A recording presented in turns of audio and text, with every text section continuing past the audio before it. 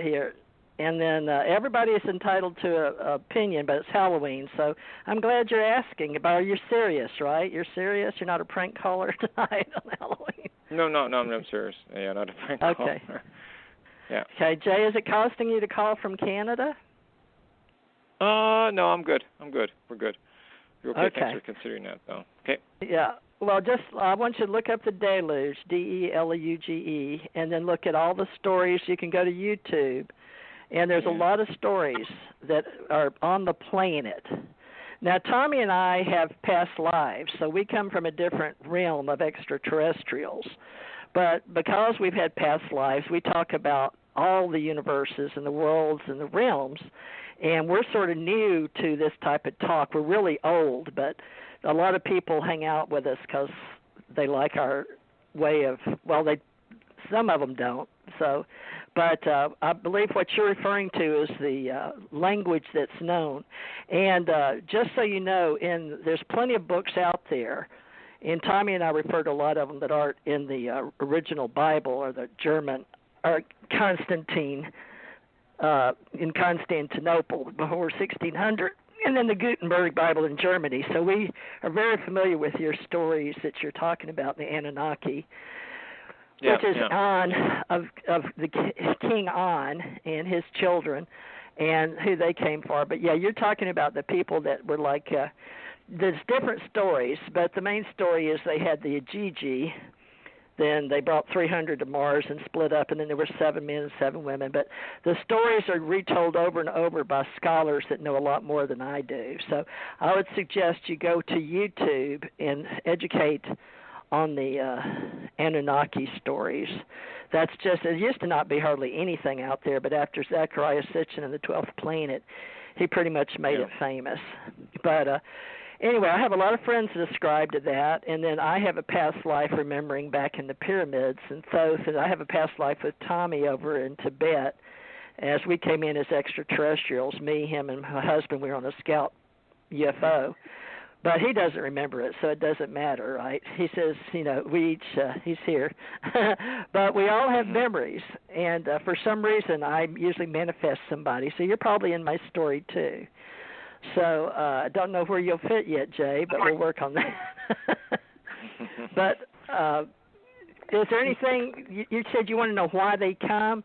Well, I feel like, now this is my story, but Tommy, I'll have to get with you on another night on his show, but I feel like we're all extraterrestrial because Tommy and I pretty much preach from the soul that we're just visiting this planet. And he teaches you like your body is your car, So we feel like we're souls just visiting the planet with the body mind. So I subscribe a lot to neuroscience.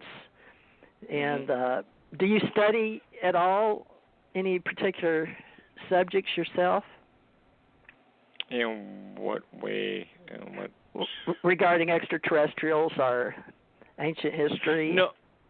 No, I was actually just listening to David Icke book, and I was just listening to what's going on with that, and it was really interesting what he was saying about aliens and other things, and greys and reptilians and things like that. I don't know if he ever had a David stayed at my girlfriend's house, but David, you know who he was, right? Hockey player. He's got a good story. Then he became a reporter, but he had a sort of awakening, I guess. But he went off on a real interesting tangent. But I don't know that I personally ever believed in reptilians, but he did, and my friend did. Tommy, do you believe in reptilians? I don't. Let me ask Tommy if he does. Tommy? No, we're not talking about them, but you do. No, all right. Well, definitely. You may want to talk to Tommy sometime too on our not tomorrow, on Sunday. I'm going to do more spiritual, high-minded stuff, but more neuro. But David is a very controversial spokesperson, but he's an author, and he helps in the awakening of many people. But you have to discern for yourself. But have you got any other authors you can mention to me that you're following? No. Well, I'm actually just not so much alien stuff. I'm more interested in what's going on in the world right now. So, but it just woke my interest because I heard it before. I just was curious because he was talking about the moon, and the moon is either kind of like a star in a way, but it's hollow inside, and it's like just stories around that. Yeah. Oh yeah. Well, when they hit, that says sound like a bell. Well, there's stories out there with David Wilcott and Corey Good. Tommy follows all of that. I sort of do too, but we follow our own. Ascension is what I call it, Ascension Age, raising your consciousness and awakening, and looking at all the stories that weren't ever really put together properly. So that's what we're doing, is rewriting history. So we follow ancient aliens a lot, but everything has gotten a little out there because they're always looking for more information. But yeah, I totally believe in extraterrestrials. I believe there's plenty of them. I've died, Tommy's died, so we have an afterlife. And then when I was working in the government and working in uniform and out of uniform, I had some very interesting, I guess, remote viewing or psychic experiences with other beings. And so to me, they're very much aware. But I work more with people from M31 in the Andromeda galaxy. It's a separate galaxy from this one. And with a group we call the Allied Command. And they're like, they even work through not black holes. We steer clear of those, but they work through wormholes. So there's wormhole technology. So there's a whole world and a higher level you're going to be working yourself into. And that's what the Ascension Age is all about, is raising your awareness. And it's like a game of life. It's it's a lot like Star Trekkers and Star Warriors, I tell people. But on Halloween, I'll tell you that there's plenty of levels. And Tommy has realms and 3 different levels in each realm. And he explains all that. And I do too. I've got 7 universes and realms. And so there's a lot to know. But you just have to be open and ready to go there, just be open-minded. But follow neuroscience, too. It's all starting to get along with quantum physics, phenomenology, epistemology. Yep. And you sound pretty smart. Go ahead. You got a question? Well, I'm really curious. Oh, thanks so much for the compliment, DJ. I just wondered, why is Earth either a battleground or I'm curious because David Icke said something about the moon is actually was put there in place to obstruct our human connection with the universe. I don't believe that. Earth, that's his choice. That's what he was saying, because it's like basically block our pineal gland from connecting with the higher realms, if you want to call it that. So it was really interesting. So, but why is he also said it was put here in place and going why is Earth is such a battleground for the human for humans for slavery or something. It goes with the Anunnaki stories. Remember, it's what we all repeat what we can find. We're all searching, and so what we do basically is we're humans. We're not perfect, so we incorporate what we've been taught and what we've been programmed to conceive, and actually we wind up believing it. But you don't have to. Just follow individuals. I wouldn't say that he's necessarily one I would follow personally. I just take it with a grain of salt. There were some things that I realized I researched myself, but I don't follow that. I don't follow David for that reason. Well, no. But go ahead. Where are you going with this? I'll follow you. I don't follow really. I just basically read his book and was just curious. I don't I know most of the stuff that he was talking about. Just curious why he was talking about. But it's a common thread of conspiracy theories, or if you want to say, I have Ace Folk Life. I have a folk life society because I follow myths and legends, and I do research and history, and I enjoy doing it. But he's just not one of my favorites. But I'm sure I'd love him as a human, Right. But that story is one where it was, I can just tell you, it comes from a long line of historical beings in various levels, and we all have these different groups that are, we call them aliens versus extraterrestrials. And there's plenty of stories historically that man has put, in petroglyphs. So if we want to believe those, that men have came and went before. But as far as just being a planet that was put here, or a spacecraft from another alien group to be our moon, and like you said, block, or I don't go for that. I don't go for that at all. But you just need to catch up on all the reading about different groups and what they believe, because he's only got maybe, he's educated, no doubt, and he's very good at some stuff. But once we start using our own perception and our own filters, we start believing what we want to believe, if that makes any sense.